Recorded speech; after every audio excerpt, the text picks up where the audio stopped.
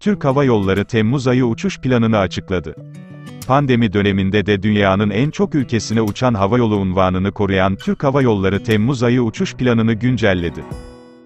THY'nin Temmuz ayında 248 destinasyona seferler düzenleyeceği açıklandı. Konuya ilişkin THY'nin internet sitesinde yapılan açıklama şöyle: Gökyüzünden uzak geçen günlerin ardından şimdi yeniden buluşma vakti. Ulusal ve uluslararası sağlık otoriteleri ile yaptığımız titiz çalışmaların sonucunda daha sağlıklı ve güvenli standartlara sahip uçuşlarla sevdiklerimize, keşiflerimize ve biriktirilecek anılarımıza tekrar kavuşuyoruz.